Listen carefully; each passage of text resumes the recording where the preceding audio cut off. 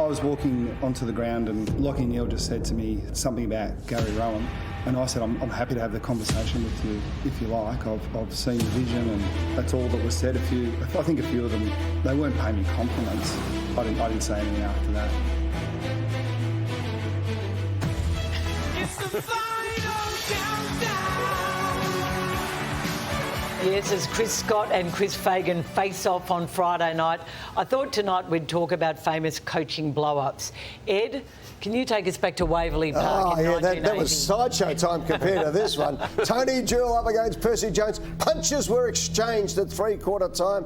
Look at Shane O'Sullivan's in there trying to hold back Percy, saying, please hold me back.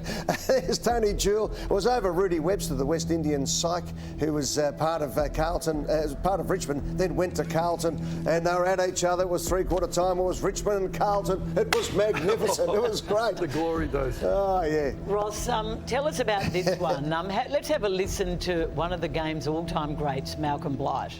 To start like that means you won't win, particularly with a pathetic effort from Pittman in ruck. I mean, it was the most disgraceful display I've ever seen from a big fella. That's pretty hard on an individual, but he's going to have to live with that because we got carried away as a team. Yeah, reasonably hard.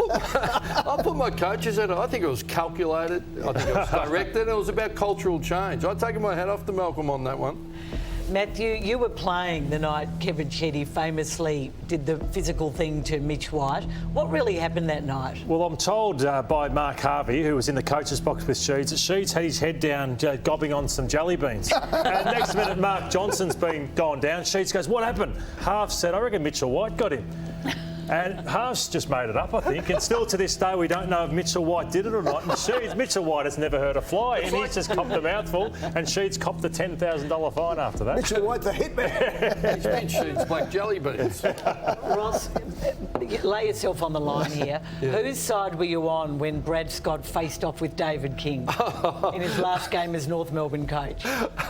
Well, here he is. I think, you know what, it's regression to the mean. What you are deep down, your DNA comes out under pressure. And I think Brad Scott, him and his brother were, well, they the Cray brothers, weren't they? Yes. The enforcers. So, yeah, I think he might have had Kingy from behind there. I think Kingy called him a visitor. I called that game. Yeah, called him a visitor. That was all that was there, remember? And Well, I was calling that ultimately, game. he I was looked down, I passing thought, he's just gone through Kingy. It was unbelievable. Matthew, I'm not sure, I maybe have asked you about this before, but this was one of the more famous nights on Talking Footy when I was on it back in the early 2000s. And for you to say he went to Brisbane and hid, that's offensive and insulting. Well, it can be offensive. Let me tell you, you wouldn't know what it was like. You haven't got a broad experience of coaching. You've been at the one club for 20 years. Was I a sniper? People out there making the comments. And if I said on the radio, if the hat fits. Were you watching that night? And what did the Essendon players make of Kevin Sheedy and that spat with Robert Walls? Oh, no, it's normally there's the jovial Sheeds and he's looking to, make a headline or divert from our form and all those sorts of things. But the tension, that dates back to the Richmond-Carlton days. Yeah. So, and I don't think it's the love has ever been lost between those two. Oh, no. I was there that night. I just stayed silent. I reckon Mick Malthouse is pretty lucky to miss a Guernsey on the segment tonight with Stephen Milne. You owe me one, Mick. You owe me one.